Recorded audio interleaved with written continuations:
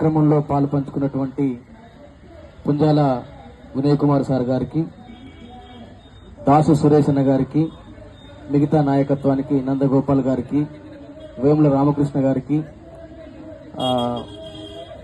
వంశీ అన్న గారికి, మిగతా నాయకత్వం అందరికి కూడా హృదయపూర్వక గుజ్జ కృష్ణన్న గారికి ధన్యవాదాలు తెలియజేస్తూ, సార్ చెప్పినట్టు బీసీల యొక్క పోరాటం కోసం రాష్ట్ర రాజధానిలో ఎన్నో కార్యక్రమాలను, ఎన్నో ఉద్యమాలను నిర్వహిస్తా ఉన్నాం.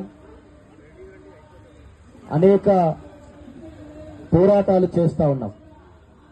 ఇవాళ ఈ రాష్ట్రంలో కులగణన జరిగిందంటే ఇలా 42% రిజర్వేషన్ కోసం వాటాను అమలు చేయమన్నటువంటి దానికోసం జరుగుతున్నటువంటి పోరాటము అసెంబ్లీ తీర్మానం నుంచి అసెంబ్లీ అమలుగా ఇవాళ రాష్ట్రంలో అమలు చేయడం కోసం జరుగుతుందంటే ప్రతి దానికోసం కూడా వెనుక పోరాటాలే ఉన్నాయి. ప్రతి పోరాటం యొక్క రూపము, ప్రతి ఉద్యమ సంస్థలు చేస్తున్నటువంటి ఆయా ఉద్యమాల యొక్క ఫలితంగా ఇవాళ ఈ రాష్ట్రంలో కులగణన సాధించుకోగలిగినాం. అంతేగాక ఇలా 42% కోసం అసెంబ్లీలో తీర్మానం చేయించుకోగలిగినాం. ఈ 42% కోసం అసెంబ్లీలో తీర్మానమైనటువంటి బిల్లులను వాస్తవానికి రాష్ట్ర ప్రభుత్వానికి ఉన్నటువంటి అధికారం మేరకు అమలు చేయవచ్చు. అమలు చేయడానికి అధికారం ఉన్నా కూడా ఇవాళ కాంగ్రెస్ పార్టీ ప్రభుత్వము, రేవంత్ రెడ్డి గారి యొక్క ప్రభుత్వము, వారి నాయకత్వంలో ఉన్నటువంటి మంత్రివర్గము దాన్ని తప్పుదో పట్టించేటువంటి ప్రయత్నాలు చేస్తా ఉన్నాయి.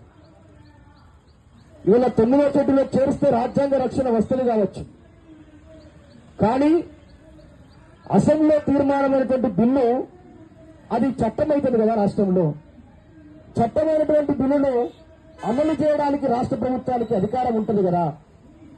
ఎవరైనా కోర్టుకు పోతే తర్వాత కానీ మొదలైతే చిత్తశుద్ధితో చేయాల్సినటువంటి బాధ్యత రాష్ట్ర ప్రభుత్వం మీద ఉంటుంది కదా. ఆ చేయడానికి కోసం కూడా ఇవాళ కులగణన జరపాలని మళ్ళీ పోరాటం మొదలుపెట్టాలి. మనం పోరాటం చేయాలి. డెడికేటెడ్ కమిషన్ ఇవ్వని పోరాటం చేయాలి. కులగణన సవ్యంగా చేయమని పోరాటం చేయాలి.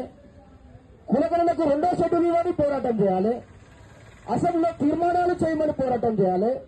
తీర్మానమైన దాన్ని అమలు చేయమని కూడా మళ్ళీ పోరాటం చేయాల్సినటువంటి అవసరమేనా? బీసీల మీద రాష్ట్ర ప్రభుత్వానికి, కేంద్ర ప్రభుత్వానికి ఉన్న చిత్తశుద్ధి ఎంతవరకు ఉందో మనం దీని ద్వారా గమనించవచ్చు. కాబట్టి ఇవాళ బీసీలంతా కూడా ఒక మహా ఉద్యమంలా మారబోతున్నటువంటి పరిస్థితులు ఉన్నాయి. ఇలా పోరాటం చేస్తాం, ప్రతిదాన్ని కూడా గుంజుకోవడానికే మీరు చూస్తా ఉన్నారు. మేము గుంజుకుంటాం ఖచ్చితంగా కూడా. ఇది జాతీయ స్థాయిలో కులగణన కావాలని కూడా పోరాటాలు చేసినాం. 9వ షెడ్యూల్ పెట్టమని ఈ ప్రభుత్వం ముందుకే పోయి 2 నెలలు ఢిల్లీలో ఉండి 12 జాతీయ పార్టీలను బీసీ ఆజాదీ ఫెడరేషన్ ద్వారా ఒప్పించి 22 రోజుల దీక్షను పెట్టి మేము ఢిల్లీలో కులగణన కోసం సానుకూలంగా జీవోను, ప్రభుత్వ అధికారికమైనటువంటి ఉత్తర్వులను తీసుకురాగలిగినాం. అంత మాత్రమే కాక 12 జాతీయ పార్టీలను 9వ షెడ్యూల్ అంశం కోసం కూడా ఒప్పించినాం. వీళ్ళ బీసీ ఆజాదీ ఫెడరేషన్ ఆధ్వర్యంలో ప్రతి పల్లెటువంటి బీసీలను ఏకం చేయడానికి మే 5వ తేదీ నుంచి ఇప్పటి వరకు కూడా సుదీర్ఘకాలంగా వాంకిడి కొండ లక్ష్మణ్ బాపూజీ గారి జన్మస్థలమైనటువంటి వాంకిడిలో మొదలుపెట్టినటువంటి బీసీ మేలుకొలుపు రథయాత్ర ఇప్పటికి 12 జిల్లాలు తిరుగుతూ మేము ప్రతి గ్రామంలో కూడా బీసీలను ఏకం చేసేటువంటి ప్రయత్నం చేస్తా ఉన్నాం. ప్రతి చోట కూడా ఎంతో గొప్పనటువంటి ఆదరణ, పెద్ద సంఖ్యలో బీసీలు హాజరై చేస్తా ఉన్నారు. మేము ఈ సందర్భంగా కేంద్ర రాష్ట్ర ప్రభుత్వాలను రెండింటిని డిమాండ్ చేస్తా ఉన్నా. అమలు చేయడానికి చిత్తశుద్ధి ఉంటే రాష్ట్ర ప్రభుత్వం అమలు చేయవచ్చు. దాన్ని రాజ్యాంగ రక్షణ కావాలంటే తమిళనాడు తరహాలో 9వ షెడ్యూల్ పెంచడానికి కూడా సాకులను చూపకుండా బీజేపీ, కేంద్ర ప్రభుత్వము తప్పకుండా 9వ షెడ్యూల్ పెట్టాల్సినటువంటి బాధ్యత వారి మీద ఉంటుంది. ఇలా 8 మంది ఎంపీలను ఈ రాష్ట్రం నుంచి గెలిపించి పంపించడం, 8 మంది ఎంపీలు, బీజేపీ ఎంపీలు ఎవరు కూడా ముక్కు మీద వేసుకొని మౌనంగా కూర్చుంటారు తప్ప ఏ ఒక్కరు కూడా దీని మీద మాట్లాడేటువంటి ప్రయత్నం చేస్తలేరు. పైపెచ్చు దీన్ని తప్పుదో పట్టించే ప్రయత్నం చేస్తూ ఉన్నారు.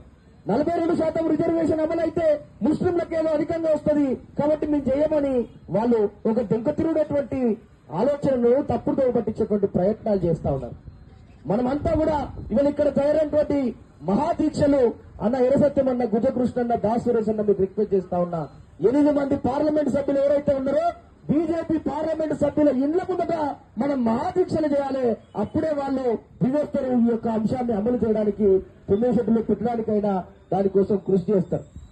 ఒకవేళ రాష్ట్ర ప్రభుత్వానికి సరైనటువంటి బలము లేకపోతే, దానికి అధికారం లేకపోతే, అన్న పుంజోగ విజయ్ కుమార్ సార్ గారు మీకు రిక్వెస్ట్ చేస్తా ఉన్నాం, బీసీల అందరం కలిసి జూలై లాస్ట్ వీక్ నుంచి ఆగస్టులో పార్లమెంట్ ఉన్నది. ఒక నెల రోజులు ఆగితే పార్లమెంట్ స్టార్ట్ అవుతుంది. ఆ పార్లమెంట్ సెషన్ లో దీన్ని 9 షెడ్యూల్ పెట్టిన తర్వాతనే మనం ఆయన కొట్లాడి చేయించుకున్న తర్వాతనే ఎన్నికలకు పోతే చాలా బాగుంటుంది. ఇవాళ గత 2 సంవత్సరాల నుంచి పోరాటాలకు అర్థం లేకుండా అయితే ఉన్నది. ఈ యొక్క 42% రిజర్వేషన్ విషయంలో అటకెక్కించేటువంటి ప్రయత్నం చేస్తే ఆగస్టులో మేము ఆమరణ దీక్ష చేయకముందు పార్టీ పరంగా మధ్య మార్గంగా రిజర్వేషన్లు ఇస్తామని ప్రకటించారు. ఇవాళ కూడా అదే మాట మాట్లాడుతుందంటే ఏడాది కాలం 2 ఏళ్ల కాలం జరిగినటువంటి బీసీ ఉద్యమాలకు సాధించినటువంటి విజయం ఏమున్నది, దానికి అర్థం ఏమున్నదో మనం అర్థం చేసుకోవాల్సినటువంటి అవసరం ఉంది, ఆలోచన చేసుకోవాల్సిన అవసరం ఉంది.